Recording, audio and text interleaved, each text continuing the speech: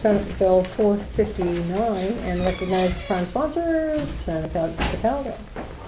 Welcome to Senate Thank you, Madam Transportation. Chair. By the way, I'm glad to see all the AMA people here today, by the way. And We thanks are for too. attending.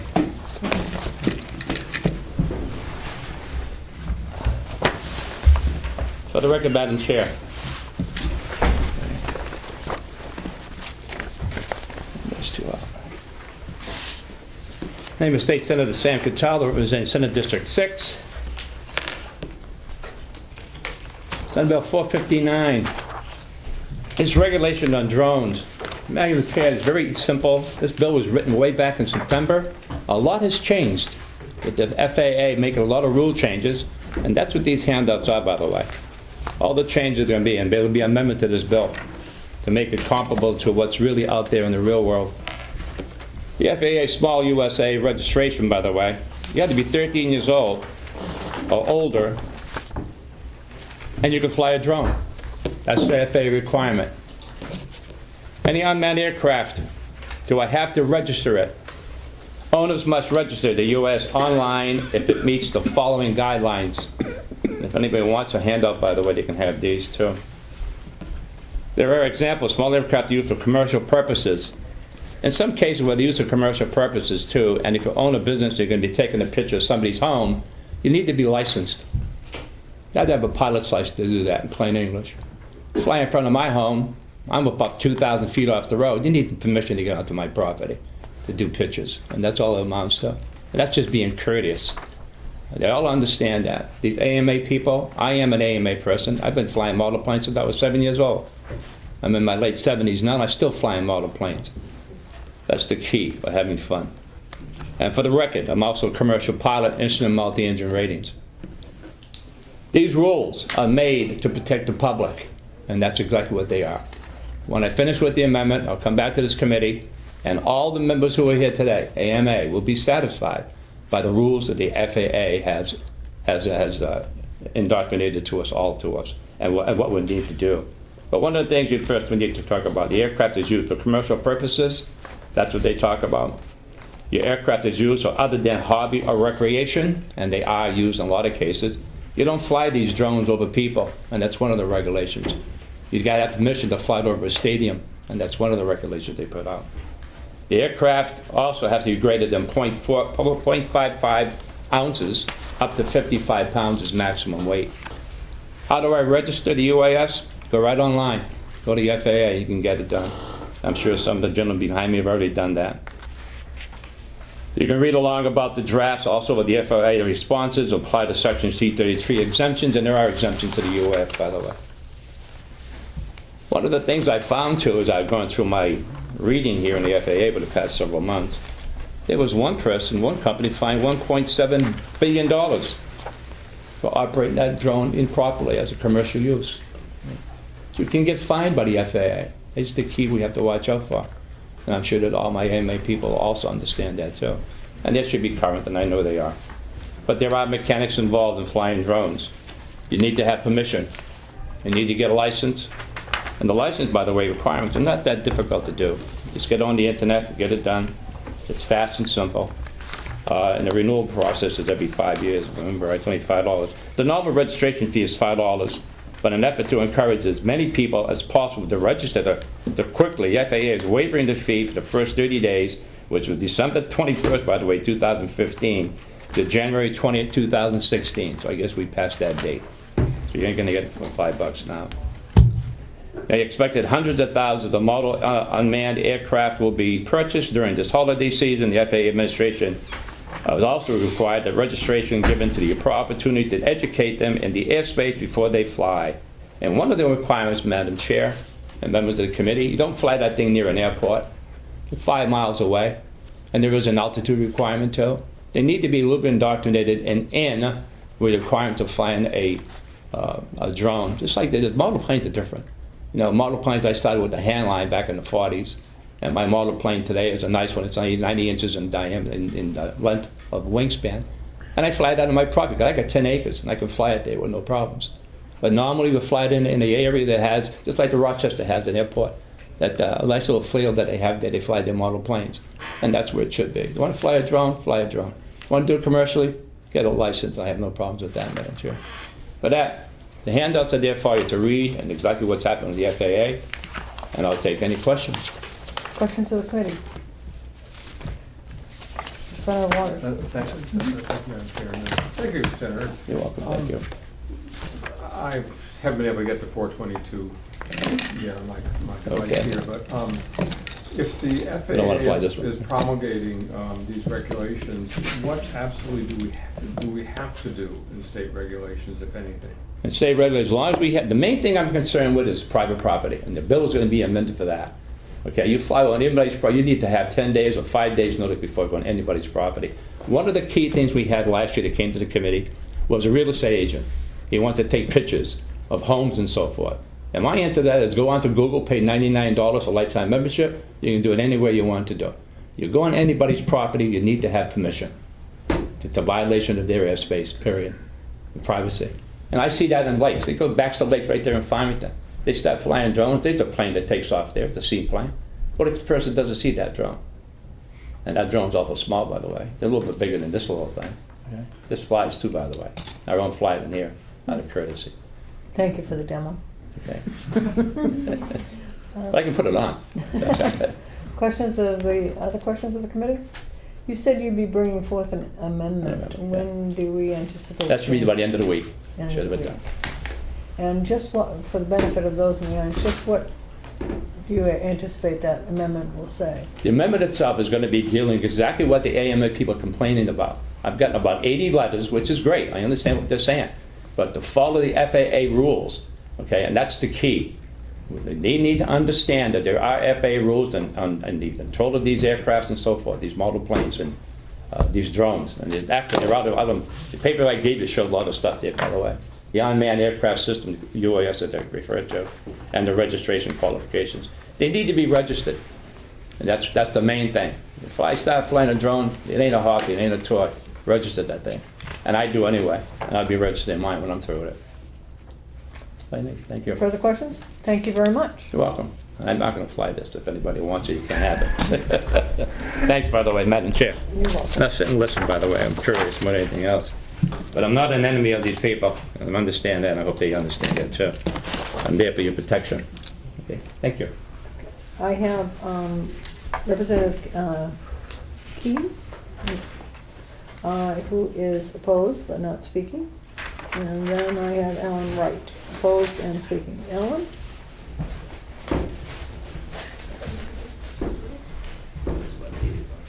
Welcome. Good afternoon. Good afternoon. Alan Wright, Lee, New Hampshire. Representative Keene is my representative. There's a lot of people who would like to speak, so I'll be brief and speak to only points specific that will be unique. I manufacture hand-launch gliders here in New Hampshire. I sell kits on the internet, I build them, I fly them, and most of my sales are to New Hampshire pilots. They do not contain cameras. Their purpose is for thermal flight, so lightweight and under the federal limit. But the bill as proposed includes hand-launched gliders as part of their drone definition. A drone, by the definition proposed, does not include a camera and has no weight restrictions, and I understand the amendment will address that second concern, so I won't speak further on that. The purpose of gliders is to fly thermally. My hand-launched gliders launch, the ones that I build, 85 feet in the air, human-powered, no engines, no ability to hover. The competition gliders manufactured out of composites launch well over 100 feet on a hand launch. So that's hand thrown, no motor. The 100-foot limit, even if raised to the federal limit, outside the bounds of airport restrictions, which I think are potentially reasonable, I feel is overbearing and would eliminate the enjoyment of thermal flight. The whole purpose is to fly a certain duration off a hand launch, and that's impossible if you cannot fly within a thermal. I'm a hobbyist. My biggest complaint is the definition of drone is very broad and far-reaching, and I don't think should include some of the hobby airplanes that are being included in the current definition. That's all I have to say. Questions of the committee? Seeing none, thank you for being so concise. Thank you. I'll let everybody have a chance. Doug Pease? Yep. Opposed and speaking. Thank you Good afternoon. Good afternoon. My name is Doug Pease. I'm from Chester, New Hampshire. I am the president of a small RC club in Auburn, New Hampshire called the New Hampshire Flying Misfits. They've been there for about 20 plus years. I'm also going to be brief. I'm kind of focusing on one thing. I have the pleasure of working with the Junior ROTC program at Pinkerton Academy. And it's run by Chief Porter, who's retired Air Force. And it's a wonderful program where we teach them how to build radio-controlled aircraft, and they learn some dynamics and some aerodynamics, and they learn construction techniques, and we go out to the field, which is in Auburn, like I said, near Lake Massabesic, and we fly traditional, what we call airplane trainers, which are about 60-inch wingspan, fly at about 55 miles an hour, maybe tops, and we have about a 300-foot runway. Very different than something that you can hover in your living room, like that toy. This has been a traditional size trainer for, God, maybe 50 years. And it would unfortunately be impossible for me to train these kids with a 100-foot limit. And that's really what I'm here for. We have a tree line on one side. It's probably 60 feet. And you have to come in over it, and I cannot teach these kids that don't know how to fly to come skimming over the top of a 60-foot tree line and land. In fact, aside from some very good pilots, most people, given the size of the plane and the complexity of what they're flying, it would be extraordinarily difficult for them to actually maintain a 100-foot altitude all the time. And I would have to go back to, the Air Force has already talked to me, or at least the program, and they intend for us to comply, as you probably could imagine. And they've asked me about, how we're going to handle this, and I had mentioned that I'm going to come and talk to you folks.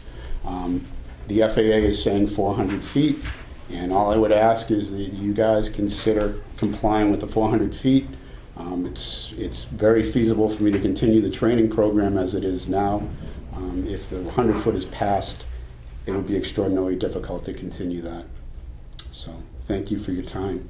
Questions of the committee, Senator Thank you, Waters. Chair, and thank you. So, and this is, I'm going to say nice and loud so everybody else here can hear too. If we simply comply with the new FAA regulations, most people are happy. I think that's No, a big... some not. Okay, we'll find out. Yes, yeah, I think, at least I think they'll be happy. I want to see the heads. I think 400 feet will make a lot of people happy. All right, So. thank you. Thank you very much. No further questions? Thank you very much. Thank you so much for your time. Darrell Perry is opposed but not speaking. Darren Hudson, is it? Hudson, like the Hudson. river. Opposed and speaking. Madam Chair, the co-sponsors, committee members, thank you very much. Darren Hudson from one of Senator Stiles' beautiful seacoast communities of Greenland. What is this? I'd like to start by saying that the modeling community is here, and I appreciate all the modeling community that's present today. We're here in the spirit of cooperation to see that Take one. any legislation concerning model aviation addresses and serves all the stakeholders. That's really the bottom line of all this. So as I begin, my name, like I said, Darren Hudson. I reside at 23 Bayshore Drive in Greenland, New Hampshire. I've been a professional airline pilot for 26 years. I'm presently an international pilot flying for a major airline. Prior to that, my airline career, I was a commuter and charter pilot based throughout New England, and before that, a flight instructor at Daniel Webster College down in Nashua, New Hampshire. I was asked to speak here today on behalf of the Academy of Model Aeronautics, the AMA, the clubs, and the members by the New England Vice President, Andrew Argenio, who was unable to attend. I also want to note that Senator Cataldo, I appreciate his statements, and it sounds like this is an action of cooperation, and that's what we intend. It's too bad that this couldn't be handled outside of these walls in a more informative session prior to bills being written, but we're dealing with what we're dealing with, and I appreciate his efforts, and I understand where he's coming from as well. I want to thank the committee for giving us the opportunity to comment today, and I want to talk a moment on nomenclature, and this is not to address changing definitions at this forum, but nomenclature is the heart of this real issue. Where it blew up is the nomenclature of drone. Drones have been defined now by the FAA as anything with a control system or a radio control system. It's an inaccurate misnomer. If you Google drone, you will get a picture of a weapons system drone and a model toy drone. You will not get a picture of a model aircraft or a miniature aircraft. In your packets, there's a little demonstration there of a classic miniature aircraft with all the parts and what's being defined now as a drone. The modelers will consider that drone a multicopter or a quadcopter. The autonomy programming of that device makes it become a drone. In the military, they add weapon systems. That makes it a drone. So just so when you hear me speak through my statement, you'll hear me mention, I try and link them together for you: drone, model aircraft, miniature aircraft. When we talk about scale aircraft, these are large miniatures, but scale miniatures of existing full-scale airplanes. So when you hear me mention about full-scale aerobatics competitions, those are not being performed with drones or quadcopters. They're being performed with large-scale models. I just wanted to get that clear before we started. If I may, I'm not going to be as brief. I will try and be as brief as possible. Okay. All right, thank you. My involvement with model aviation began as a child, and after re-entering the hobby approximately 4 years ago, I joined Academy of Model Aeronautics. The AMA is the official national association for model aviation enthusiasts. We have 185,000 members, 2,400 clubs, and over 3,000 flying sites. I'm presently New England AMA Event Director and Safety Officer and President of the Fremont Flyers RC Club in Fremont, New Hampshire, Vice President of the Plum Island Airport RC Club in Newbury, Mass., where we have a successful flying site on a private airport in conjunction with full-scale aircraft operations. One of our most important initiatives is to create a membership culture for safe and responsible model aircraft flying. Utilizing education materials supplied by AMA, we also teach STEM, science, technology, engineering, and math programs at area schools. We have 21 chartered AMA clubs, 30 flying sites, and over 1,300 members in New Hampshire. AMA pilots in the U.S. average 30 million flights per year, or 7.5 million hours in national airspace. For this level of flight activity, the FAA considers AMA member pilots to have exemplary safety records, and as a result, Congress in 2012 passed Public Law 112-95, Section C336, which exempted our community-based organization from further FAA regulations, allowing us to continue to create safety programming for our members. We are here today to oppose the 100-foot above ground level altitude limit of SB459 for AMA members and to voice our concerns about the need for any of the additional items in this legislation. The 100-foot ceiling for model aircraft creates a much greater risk of conflict or collision between other aircraft, operators, spectators, people, and property than flying at higher altitudes while remaining within Class G uncontrolled airspace. The higher risk is not conjecture, it's fact proven by decades of flying by AMA members and ongoing risk mitigation. The acceptable safe vertical altitude component established was 400 feet and above to accommodate larger aircraft and others that operate at higher speed. The higher altitude is required AMA regulation for flight training because it allows for recovery, as stated earlier by a statement, to stabilize the aircraft and prevent crashing the aircraft, or it gives a safe buffer for control and recovery. Although these altitude guidelines existed in the AMA as far back as the 1950s, they were first introduced by the FAA in 1982 in Advisory Circular 9157. On September 2nd, 2015, the Advisory Circular was amended to 9157A, Item E, which reads, model aircraft operators should follow best practices, including limiting operations to 400 feet above ground. At a 100-foot altitude limit for model aircraft, 1/3 of our members would no longer be able to fly competition aerobatic aircraft, sailplanes, turbine jets, and large-scale model aircraft that they have flown safely at higher altitudes without incident for decades. The other 2/3 of our members would be flying in a much more hazardous condition in that condensed flight box below 100 feet. We want to pose a question, and it's been asked already. It's actually been asked by Senator Cataldo, and I'm glad he looked at this. As it pertains to radio-controlled aircraft or drones, what is Senate Bill 459 accomplishing that the FAA and the AMA are not already accomplishing? And that's really the heart of this matter. I'd like to go through a little sheet that gives you a little background of what we're using for documentation, and you'll have it included there, and we can supply it as necessary. The FAA registration regulations, the FAA clarification of state versus federal authority, noted in the FAA fact sheet from the Office of the Chief Counsel, dated December 17, 2015, which states, among other recommendations on state versus federal authority, to ensure the maintenance of a safe and sound air transportation system and of navigable airspace free from inconsistent restrictions, FAA has regulatory authority over matters pertaining to aviation safety. Close quotes. And the AMA, Academy of Model Aeronautics, which was exempted from the promulgation of FAA rules for small unmanned aerial systems operations in the national airspace, and is recognized as the community-based organization for safe and responsible flying, an exemption passed in Public Law 11295, Section 336. Beyond all those, I don't understand what this bill will do to enhance any of the safety or even privacy issues. So if we take the bill line by line, and I'll be brief. Item A, person possesses a valid license or certification by the FAA.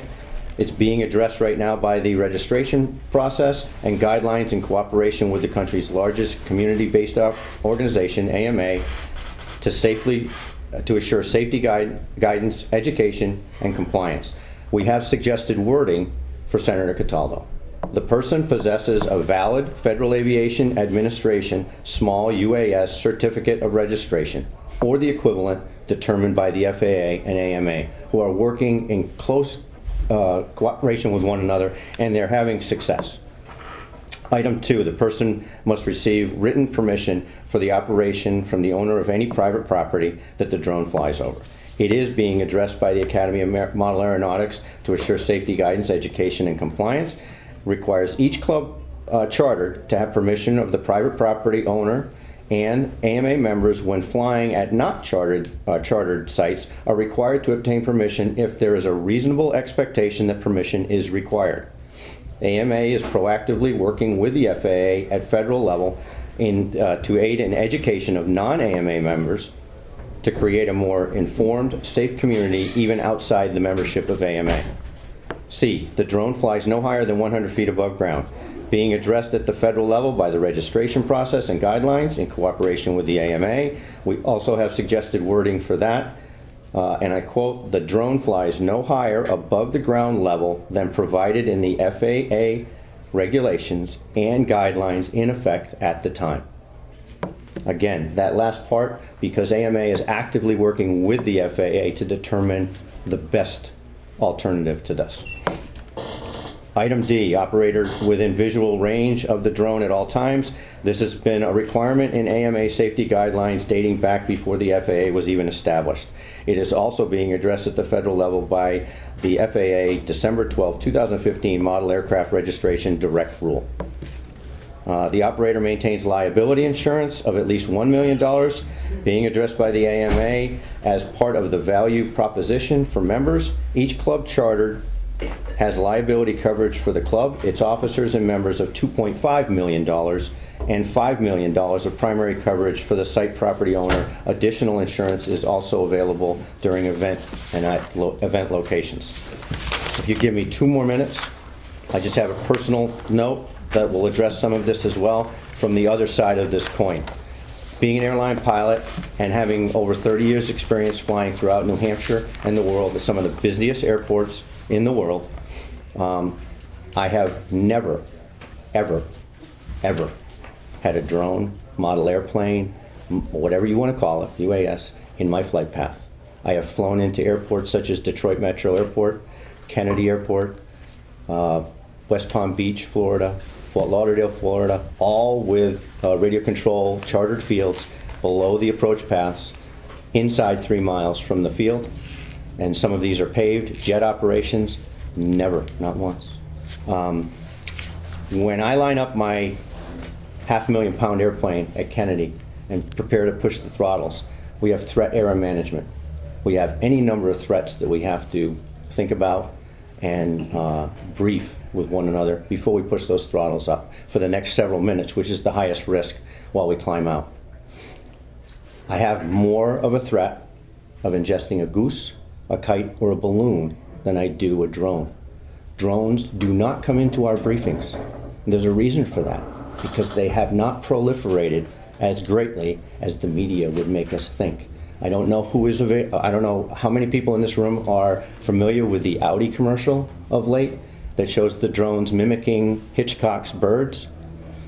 There is one drone in that commercial, the rest are CGI, and that is not the image we want. We all loved that commercial when it came out, we truly did. That is what is pervasive through the media. That is not model aviation. And I think you're realizing that now. I certainly hope so. So my last point I want to make, and I'll let you go. The technologies are presently being developed through modeling in conjunction with the AMA that will enhance safety in the national airspace system. Legislation limiting those operations, such as this 459 as written presently, risk eliminating the very technologies that will benefit the intent of the bill. Questions of the committee? Senator Waters. Thank you, Madam Chair. I saw your hand first.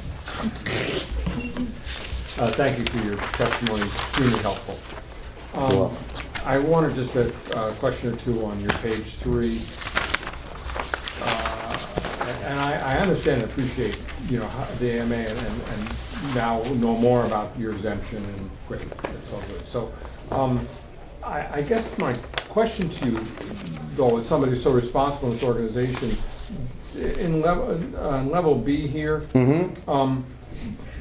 do you think we need to do anything for the folks who are not members of your organization, that they comply to this notification, or is there a need for some kind of... Senator, you're hitting the nail on the head. Yeah. I mentioned threat error management. Step 1 is identifying the threat.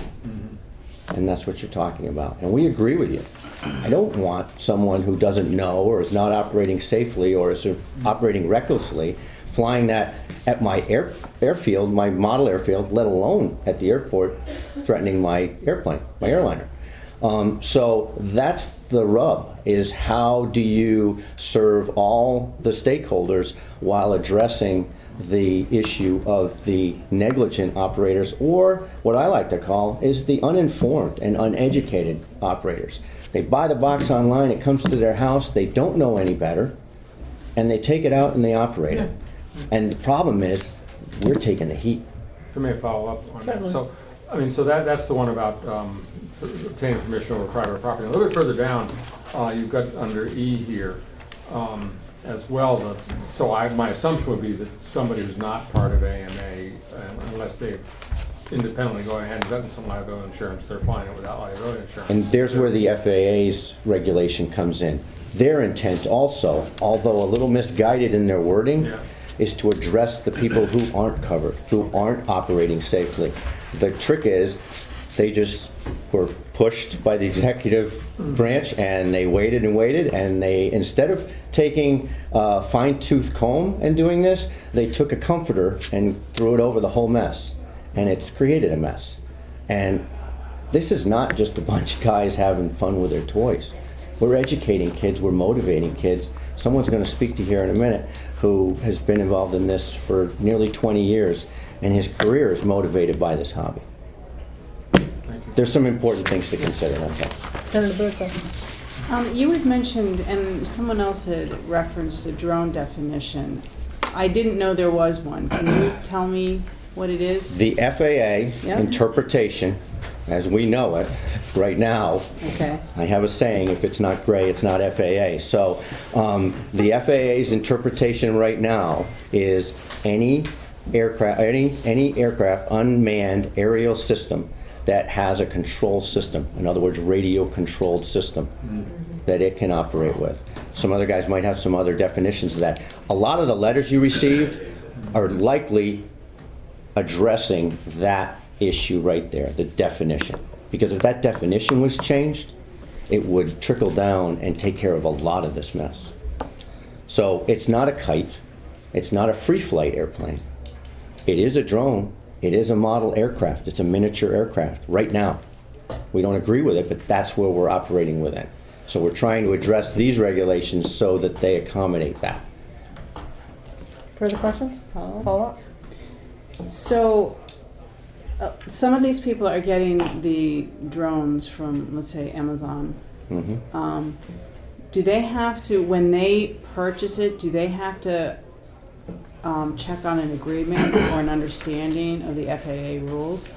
No, Senator, they have to go and plug in the charger, charge the battery, walk out into their yard, and hopefully not cut off any fingers. Further questions of the committee? Seeing none, I just want to say thank you for coming in, and I will check the next time I fly to see if you're driving the plane. Thank you. Always check the pointy end, Senator. Thank you very much. Thank you.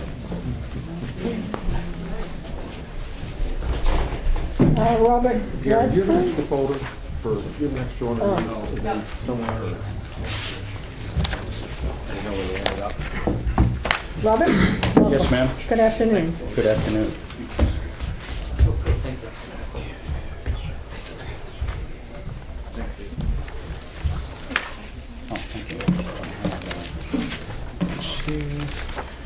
Senator Daniels and Chairman James.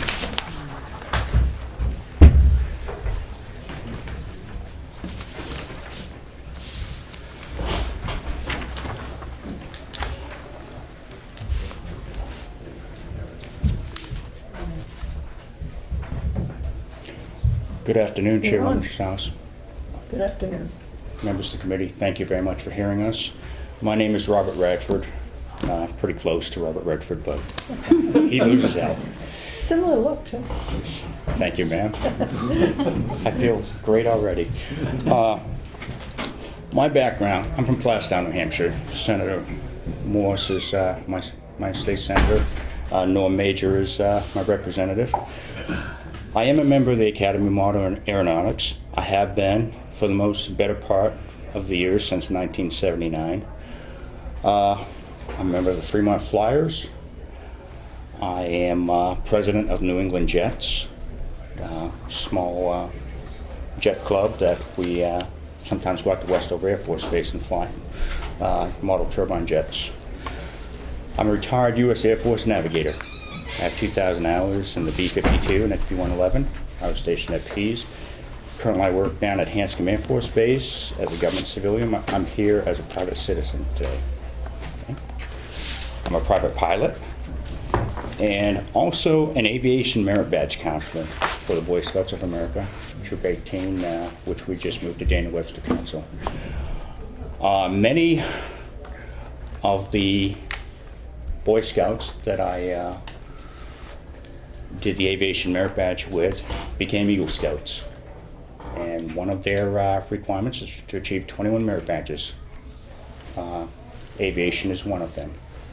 One of the items that they can complete in earning that merit badge is the build and fly a model aircraft, model airplane remotely, and that meets one of the requirements. I heard Senator Cataldo talk about modifying the bill, which will probably address a lot of these concerns, and I feel that the bill will probably be modified. If not modified, some of the wings of these future Eagles would be clipped, because it is virtually impossible to teach someone to fly a model aircraft, a radio control model aircraft, in under 100 feet. Simulators have come a long way, but we want to get out there. We don't want to spend the world in the cyber arena.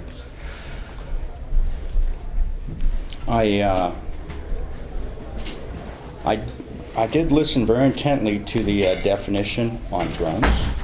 I believe that the FAA, I deal a lot with ICAO airspace and things like that in my job. That the FAA did do a blanket. They lumped them all in. We're talking model airplanes here, remote control model airplanes.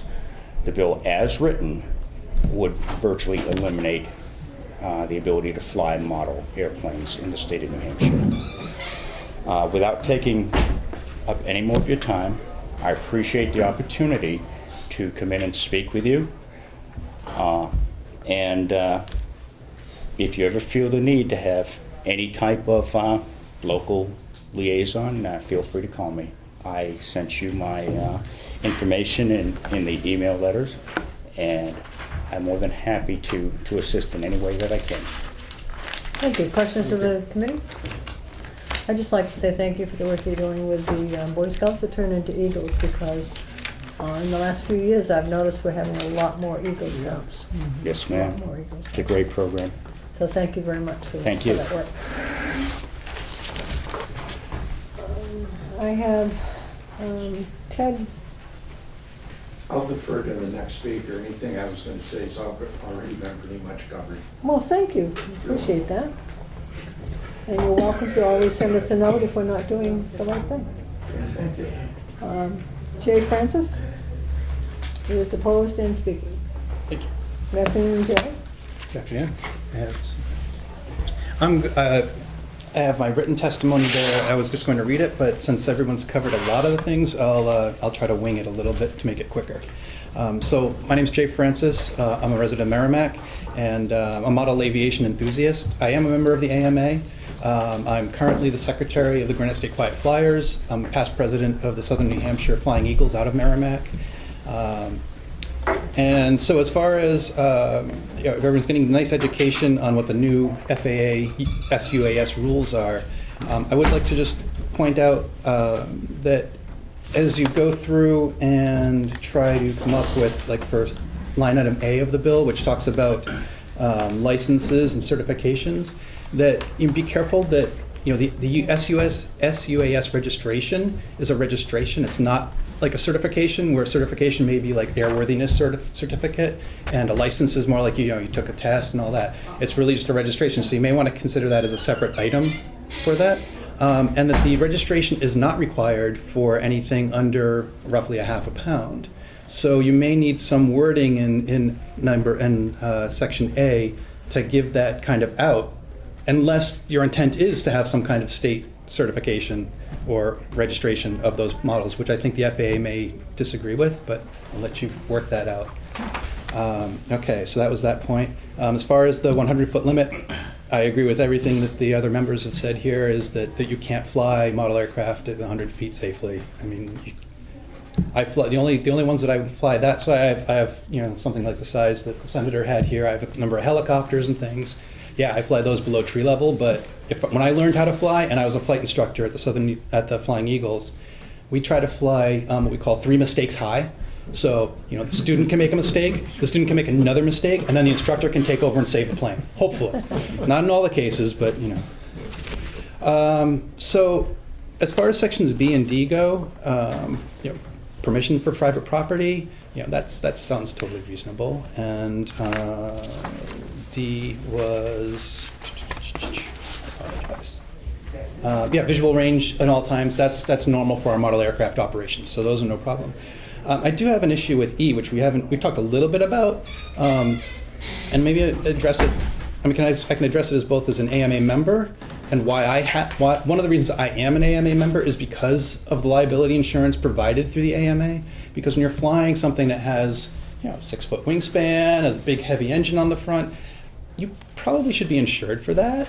But to require any small UAS to be insured, the operator of any small UAS might be a little bit excessive. So, like, the little helicopter guy or my little tiny helicopters, there'd probably be some kind of sliding scale, or I mean, I went through the whole of Section 422 with the aeronautics laws, and I didn't see anything in there about requiring regular full-size aircraft operators to have insurance. For cars either. Right. So I don't understand. I don't understand why we're narrowly focusing on these particular devices to have liability insurance, where the civil court system and criminal court system probably can flush that out properly. You get sued if you crash into somebody, or you get whatever other consequences. So my recommendation on that is probably just to get rid of it. But if you don't get rid of it, I would strongly recommend looking at exempting model aircraft. And so to that extent, I know that there's a bunch of information you've gotten in other pamphlets. I attached a couple paragraphs from various sources with the references listed, like the definition of model aircraft, what model aircraft operations are. I don't know if it'll help to boil it down or not. But, Yeah, so if it is amended and it becomes more in line with the FAA current guidelines and maybe a little bit of sanity added to it, then I wouldn't be opposed. But as it stands now, I am definitely opposed, and I'd encourage you to vote it inexpediently legislate. Thank you. Questions of the committee? Seeing none? Thank you. Thank you. Matt, no? Or something close to that? Come on up. Did you want to speak? Matt, you're not speaking? No, you're not speaking. Okay. Stephen Reynolds? Yes. Opposed and not speaking. Ed Van Clairburn? Something like that. You're opposed and you're not speaking. W. Horton? Yep. Not speaking. Not speaking. Opposed. And Tricia Lambert. You don't check whether you like it or you don't, but you're speaking anyway. I'm with the Department of Transportation Bureau of Aeronautics. Okay. So I guess you could ask me those 422 questions. Okay, well, welcome. Good afternoon. Thank you. Good afternoon, Madam Chair, the committee. Appreciate this is my first time speaking on the UASs, which is interesting because I followed it for the last 6 years through different bills. But this one we now have more information, which many people sitting behind me have provided, and I think that that's good because now we are given a little bit more direction on where to go. We have been following it very carefully because our role as the state agency, as being the central point for all things aviation in the state, we work with FAA very closely.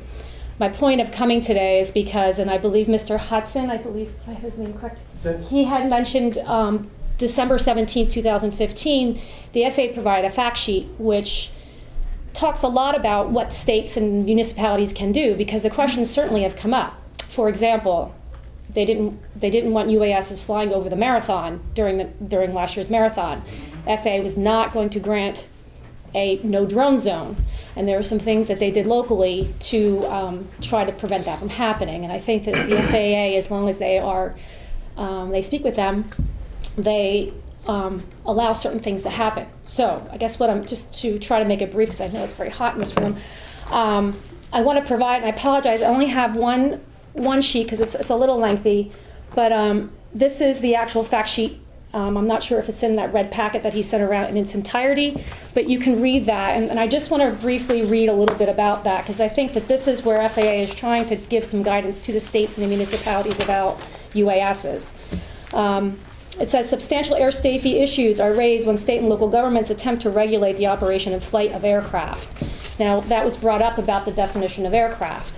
FAA, as it sits right now, is they have defined the UAS, but they also do define it as an aircraft. And there is also a definition in 422, which is very similar to the FAA's definition of aircraft. So I would point to those two things that they are very similar, and so the UAS is an aircraft. Let me continue. It says substantial air safety issues are raised when the state and local governments attempt to regulate operation and flight of aircraft. If one or two municipalities enacted an ordinance as regulating UAS drone in the navigational airspace, and a significant number of municipalities followed suit, fractionalized control of the navigable airspace could result. And in turn, a patchwork quilt of differing restrictions could severely limit the flexibility of FAA in controlling the airspace and flight patterns and ensuring safety and the efficient air traffic flow. A navigable airspace free from inconsistent state and local restrictions is essential to the maintenance and safe of sound air transportation system. They also made a point to say where Congress occupies an entire field, even complementary state regulation is impermissible. Again, this is their determination. This is not our determination. I just wanted you to have that information when you make these decisions as it relates to state law. I'm happy to answer any other questions. I heard a whole lot of them as we're going along, and I don't know if I'll try to answer them. Senator Feltus. Thank you, Madam Chair. So is it the opinion, it sounds like anyway, is the opinion of FAA that they preempt the entire field of regulation of drones? I'm not an attorney, but that is what I read from this document. Follow up. Your experience based on Boston Marathon, that the FAA did allow a municipality, in this case Boston, to restrict drone flight in light of. They made it they made it a no drone zone. They also did it when Pope Francis came over in Philadelphia as well, and they provided them some flexibility to try to control the situation for public safety. One more follow-up. By they, you mean? I'm sorry, FAA. The FAA allowed Boston to do it? Or, They FAA did not did. intercede. Okay. Is that the right word? Got it. The word approval is not always the word they use. They did not intercede. Okay, thank you. Senator Waters. Thank you, Madam Chair. Thank you.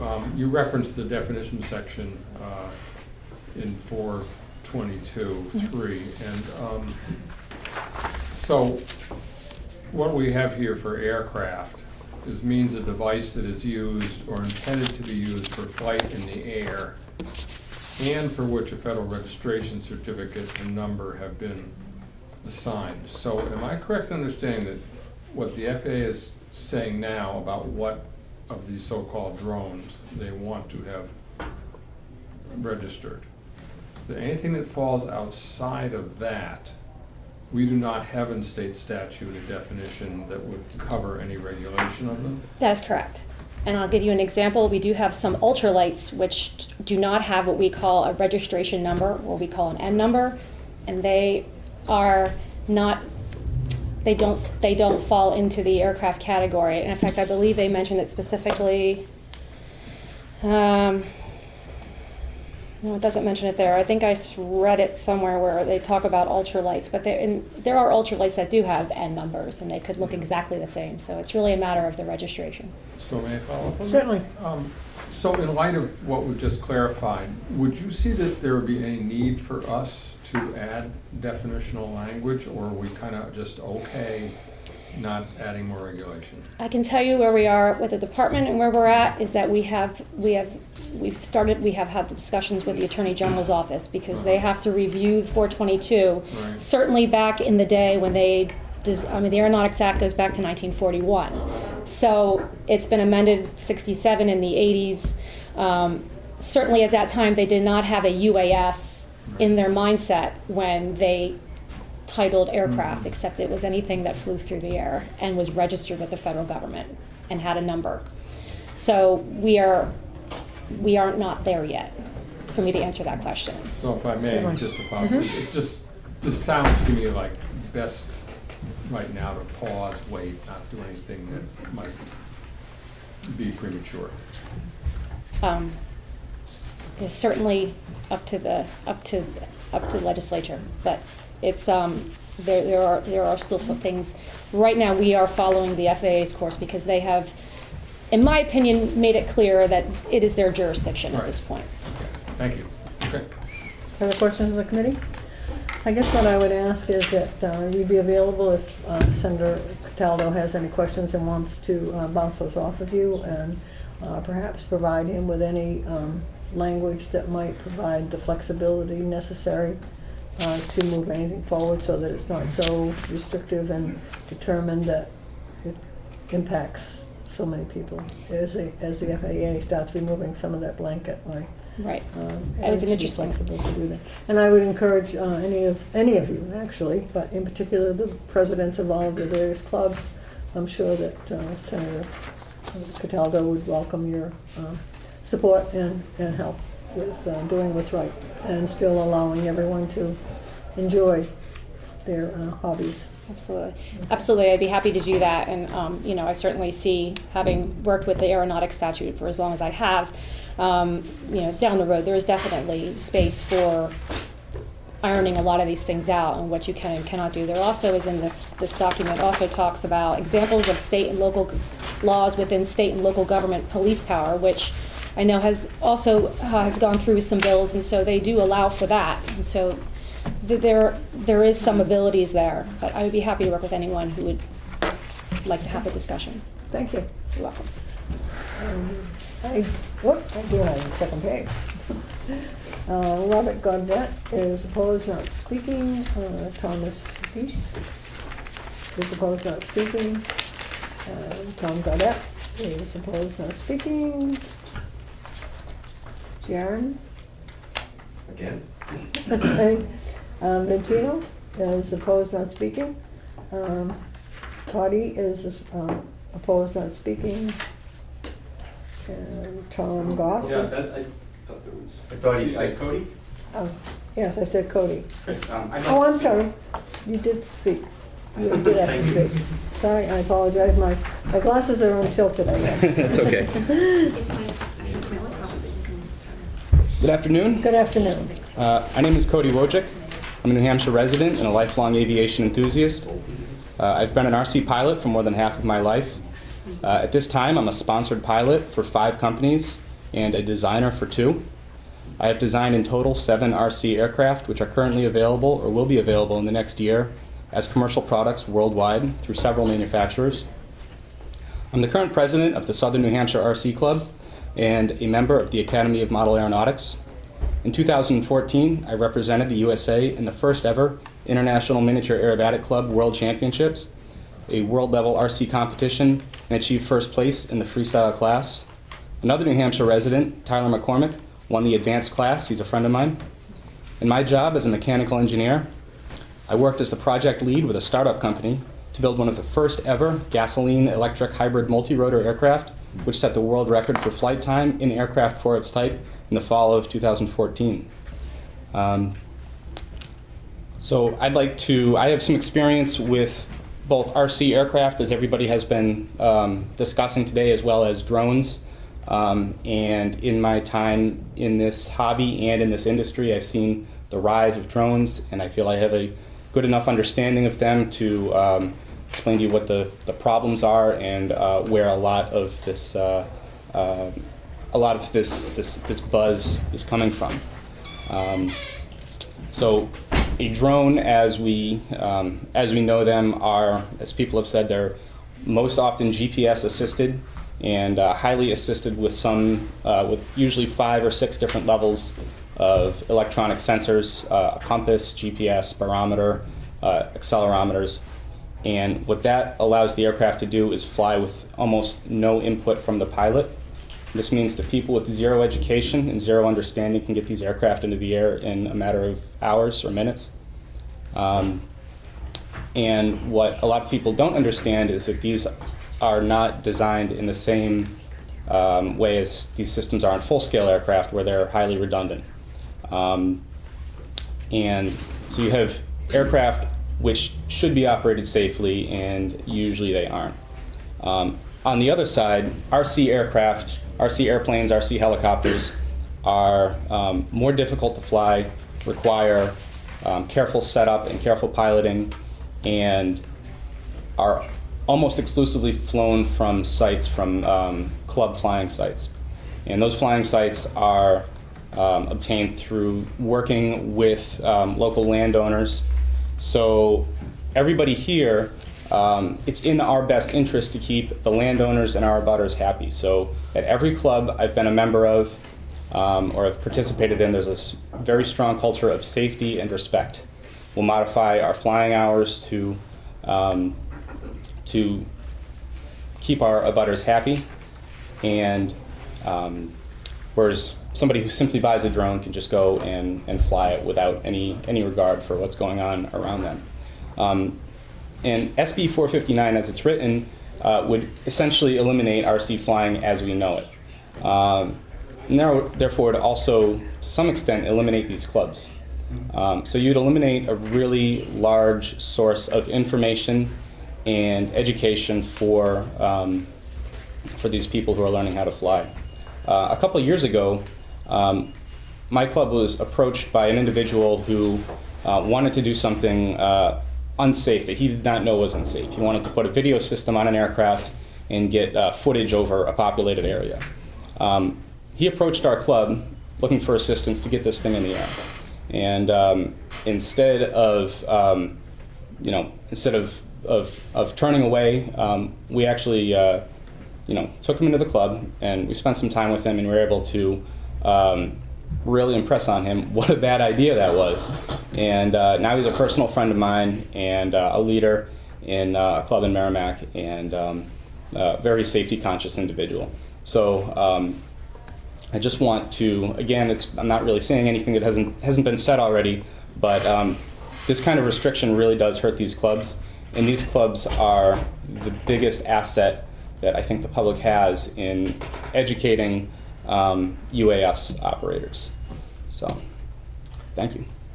Questions of the committee? Seeing none, thank you very much. Okay, Tom Goss opposes, not speaking. Dan Webb, is it Webb? Weed. Opposes and is speaking. So welcome. Thank you, committee, for your time. I appreciate it. Dan, good to see you again. I'm trying to keep this short and brief. In its current form, I'd like to ask you to find this inexpedient to legislate. I think you've heard various reasons for it.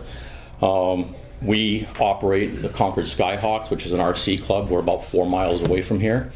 We have an agreement with the airport, so they know that we exist. We've been flying out of the East Concord, and it's a city property, the old sod farm, for 20 plus years with no incidences of aircraft accidents. We are an emergency approach for Concord Airport, so if there's a problem with a plane, they can land at the field that we're at. Excuse me. So in all the years that we've been there, it's never been an issue. My biggest concern is, as was spoke to before, is the definition of a drone. As it stands right now, you could take any one of the pieces of paper on your desk, fold it up and fly it, and it would constitute a drone. Think about it, the way the definition stands now. I think the blanket that has been spread over this is way too broad. And again, you stand to lose a great deal of community-based organizations. I've been involved in the local club for 20 plus years. I also fly the blimp for the Manchester Monarchs hockey team, so I have a little bit different perspective of indoor arena flying. And we just hate to lose this. And I think a real simple fix to a lot of this is to fix the definition and maybe to create an exemption for all the AMA registered clubs and registered flying sites, and that would alleviate most all the problems. A very simple fix. So if your club is recognized by the AMA, you have a registered field, or in a lot of cases you've heard about different competition events. So these are also approved through the AMA organization. So if you have different events around the country and or the state that have been recognized by the AMA, I think these events should be exempt, and I think that would be a very simple fix for all these problems. If we could add those amendments in and the bill goes forward, terrific. If not, again, ask you to find it inexpedient to legislate as it stands. Questions of the committee? Seeing none, thank you very much. Thank you very much. And the last person I've signed in is Peter Magoon, but doesn't indicate whether you're supporting, opposed, or if you want to speak or not. I should have checked opposed, but I'm not going to speak. Thank you. Okay. It's all been said. I'll fill you in. How's that? Okay. Thank you. Thank you. Is there anyone that hasn't had the opportunity to speak yet that would like to speak? I'd like to Yes. say something. Okay. Come on in. Come in and sit down and identify yourself, please. This will be very short. Okay. I know most all of these guys here, and if you wanted to pursue a bill like this, why not ask us as volunteers to get involved with that legislation? We have access to all kinds of fact, not something that's been blown up by the media, and if we don't have it, we can get it. And if you'd like to go forward with it, I would volunteer, and I'm sure that we could get plenty of volunteers to do that. Okay. That's it. Did he identify himself for you? Yeah, he's on the sign sheet, right? Yeah, I have some text in your red folder there that I Okay. didn't read. Senator Cataldo, I think you heard what he said. Yep, great. So, Glad they're all here, by the way. Thank you very much. And I want to remind all the committee members that these are copies of the emails that we received, so make sure you take a look at those individually. Yes. Madam Chair, may I ask Senator Cataldo a question? Sure. Senator, with all you've heard today, would you advise us to maybe study this so that everybody can get together rather than try to do a quick amendment next couple of weeks? Because I used to Blondie anime before everything else that happened in my life. Once you become a senator, you lose everything. And hit him right by the way.